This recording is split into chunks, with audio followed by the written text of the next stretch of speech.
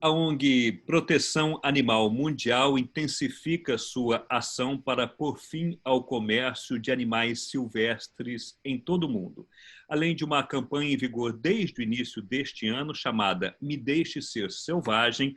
A organização está atuando e intensificando sua ação junto às autoridades e, inclusive, encaminhou recentemente uma carta ao ministro da Economia do Brasil, Paulo Guedes, que vai participar dentro de alguns dias do chamado G20, o grupo das 20 potências econômicas do planeta. Para falar sobre esses assuntos, o RFI Convida de hoje conversa com Maurício Forlani, gerente de campanhas da Proteção Animal Mundial. Muito bom dia, Maurício. Bom dia, Elcio, tudo bem? Tudo bem, muito obrigado pela sua disponibilidade. Primeiramente, Maurício, eu gostaria que você comentasse, quem não conhece a ONG Proteção Animal Mundial, que você comentasse qual o trabalho dessa organização. A Proteção Animal Mundial, ou com o nosso nome em inglês, né, que é World Animal Protection, é uma organização que há mais de 50 anos luta pelo bem-estar animal, não só no Brasil, como em vários países do mundo, né? Nossa sede principal, nossa sede é em Londres, mas temos escritórios em vários continentes do mundo para tentar, né, trazer o fim do sofrimento animal, seja em qual região que for, né? Temos escritórios na Austrália, na América do Norte, na Europa e na Ásia, né, incluindo aí a China e a Tailândia como os grandes escritórios da região asiática. E no Brasil temos um escritório em São Paulo. Os nossos pilares de campanhas, eles abrangem tanto os animais silvestres, que é o motivo da nossa campanha do Me Deixa Ser Selvagem, mas também atuamos na área de animais de produção, que incluem aí principalmente porcos e frangos, e temos também uma área que trabalha com outros animais domésticos, como cachorro e gato, principalmente com controles de população de animais de rua ou vacinação contra a raiva, né? Dependendo do país, tem uma agenda específica para as necessidades para aquela região. E no caso, então, Maurício, vocês começaram, então, desde o início deste ano, a campanha, então, Me Deixe Ser Selvagem, né? Por que essa campanha esse ano? Então, essa campanha ela surgiu, na verdade, em decorrência da pandemia da Covid-19, né, que alastrou aí, vem alastrando o mundo inteiro. Então, essa relação da origem desse vírus e dessa pandemia com o comércio de animais silvestres criou e impulsionou o desenvolvimento dessa campanha, né, que visa pedir o banimento global do comércio de animais silvestres, né, tanto para o comércio interno de cada país e principalmente a relação e o comércio entre os países. Né? Uma vez que você tem o comércio de animais silvestres, ele ocorre no mundo todo, não adianta a gente achar que é uma coisa específica de uma determinada região, é da Ásia, né? Não tem, se você olhar com cautela ao seu redor, você vai perceber que o Brasil, a sua cidade, a região que você vive, ele apresenta o comércio de animais silvestres de várias formas, né? Então, esse comércio a gente está falando dos animais que são vendidos para a produção de pele, dos animais que são vendidos para a produção de carne, dos animais que são vendidos e criados para serem animais pet, dos animais que são criados para atividades de entretenimento, né?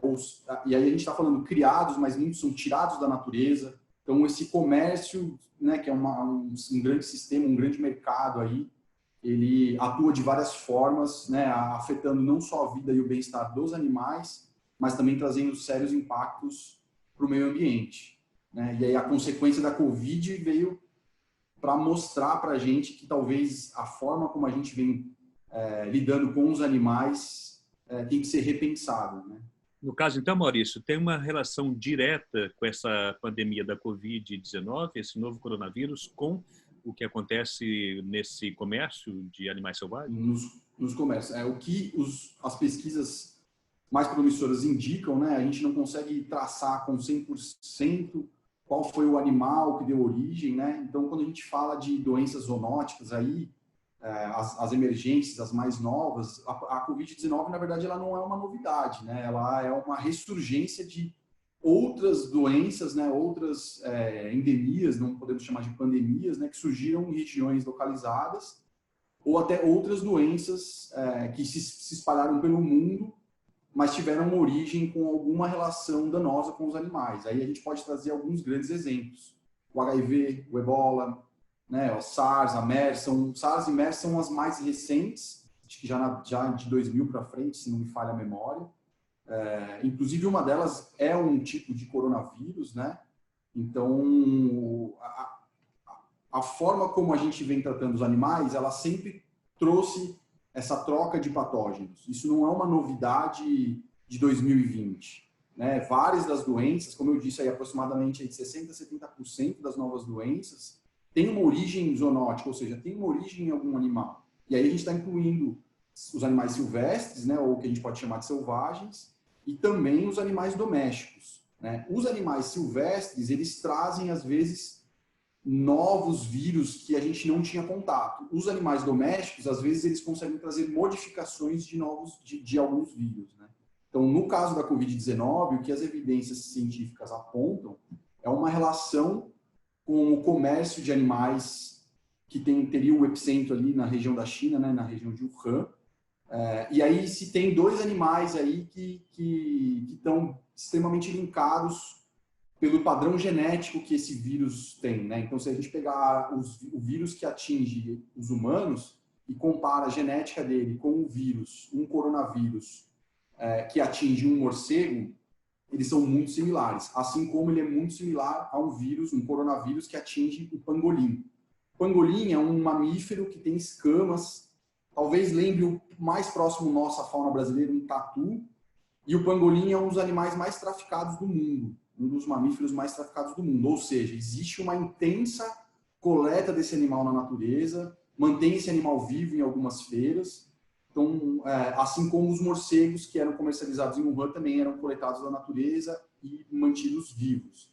Então, esse processo de extrair o animal da natureza, você pode ter certeza que ele vai passar por as questões, né, o bem-estar desse animal é muito prejudicado e, obviamente, isso facilita ele desenvolver algum tipo de doença, porque vai ter uma queda de resistência, ele passa por estresse, por fome, por más condições, né? Então, essa conjuntura de fatores, né, de você tirar animais da natureza, ou você colocar os animais, colocar os animais em condições que não respeitem o bem-estar deles, favoreceu para ter o que o pessoal da ciência chama de spillover, né, que é o pulo de um vírus de uma espécie para outra, né? Existe uma certa especificidade, né? O vírus ele atinge, né, acomete geralmente um tipo de organismo, mas o que a gente percebeu com o Covid-19 é que houve um salto, provavelmente do morcego, e aí essa relação com o pangolim não se sabe se foi do morcego para o pangolim, do pangolim para o morcego, para depois para o homem. Então, essa relação ainda a gente não tem como definição, mas o que fica muito claro é que o comércio de animais silvestres foi a grande fonte propagadora dessa pandemia, né? Por isso que se faz um momento mais do que único para a gente pautar o fim do comércio de animais silvestres, né? Não adianta eu pautar no Brasil, porque se o meu vizinho continuar comercializando, uma nova pandemia pode acontecer, né? Não adianta eu pautar na China se os Estados Unidos continuar criando animal como ele cria, assim como o Brasil. Né? E aí, por que o palco do G20? Né? Qual que é a grande claim você... Isso que eu ia perguntar, né? Na verdade, vocês estão encaminharam uma carta, então, para o ministro da Economia, Paulo Guedes, que vai participar dessa reunião do G20. Esse é o fórum, então, ideal nesse momento para levar essa discussão do comércio de animais silvestres dentro de um ambiente, né, que vai discutir basicamente a economia? Sim. A Proteção Animal Mundial acredita que esse é o fórum adequado para se discutir essa questão. Quando você junta, né, os grandes líderes para dialogar e traçar estratégias, tanto para a economia como para questões sociais, é um local ideal para a gente discutir grandes avanços na nossa sociedade. Né? Então, é muito importante. A estratégia da organização foi muito corajosa em tentar incluir uma pauta que beira saúde ambiental, de uma certa forma, dentro dessa cúpula. Mas se a gente for olhar o estrago que essa pandemia trouxe para a economia, né, para a saúde pública e até mesmo para o nosso bem-estar, não só dos animais, eu estou falando do nosso, do meu, do seu, todo mundo em casa, não podendo sair, todo mundo com medo, né? Tem várias esferas aí do bem-estar das pessoas que foram atacados por essa pandemia. Então, a gente acredita que o problema do comércio de animais silvestres ele não tem que ser visto só como uma questão meramente ambiental. Ele tem que ser visto como uma prevenção para futuros colapsos econômicos. Se a gente tem uma nova pandemia daqui 10, 5 anos de novo, que talvez seja pior do que essa, como é que vai acontecer, né? Então, há alguns estudos deste ano que mostram que o estrago econômico da pandemia do Covid-19, ela vai beirar aí de 9 a 15 trilhões de dólares. E alguns estudos mostram que a prevenção, se focando nesse ponto, né, do comércio de animais silvestres, ela representa 2%, né, desse impacto econômico ruim, negativo que a pandemia trouxe, né? Então, daí se faz o sentido de tentar um diálogo não só com o ministro do Meio Ambiente, mas sim o MAPA, mas sim com o ministro Guedes, porque ele vai ser um dos nossos representantes, né? Não tem só ele na cúpula que vai representar o Brasil, mas ele é uma pessoa que está pensando, né, a ideia ali é tentar mostrar para ele, olha, o impacto foi grande. Ele, mais do que ninguém, deve estar vendo o buraco que o Brasil deve estar economicamente agora e fazendo os malabarismos aí para tentar fazer o Brasil ir para frente e talvez mostrar para ele, olha, se a gente trabalhar em cima desse pequeno setor de comércio que trouxe esse problema, a gente vai fazer um bem enorme para os animais e, de contrapartida, a gente vai trazer um bem para a nossa sociedade, né? Uma segurança para a nossa sociedade que não vai ter precedentes, né? Você acha que vai ser bem acolhida essa proposta da ONG Proteção Animal Mundial, Maurício? Olha, Elcio, a gente não foi o primeiro diálogo que a gente abre com o governo em relação à reunião, né, à cúpula do G20 e ao posicionamento do governo brasileiro frente a esse assunto. A gente não teve uma abertura muito positiva nas outras tentativas. Daí a gente achou interessante trazer para essa discussão as outras 42 organizações que assinaram as cartas aos ministros a qual você está se referindo agora, para justamente mostrar para os nossos líderes que não é só a proteção animal mundial, não é só os nossos seguidores que estão pedindo. Na verdade, é um conjunto todo de organizações que representam milhões de pessoas no Brasil, especificamente, fora do Brasil, que estão pedindo para que o nosso governo olhe para esse assunto, né? A gente não quer impor que o governo chegue lá e fale do dia para a noite, acabe com isso de uma vez, mas o governo ele tem que olhar para esse assunto de uma forma bem estratégica, né? Pensando numa prevenção, quanto que o Brasil sofreu nesse processo todo, né? Quanto que a gente patinou. Então, a gente tem que realmente, o governo brasileiro ele tem que tomar uma decisão ali, ao nosso ver, pelo menos ou neutra, né? Mas não,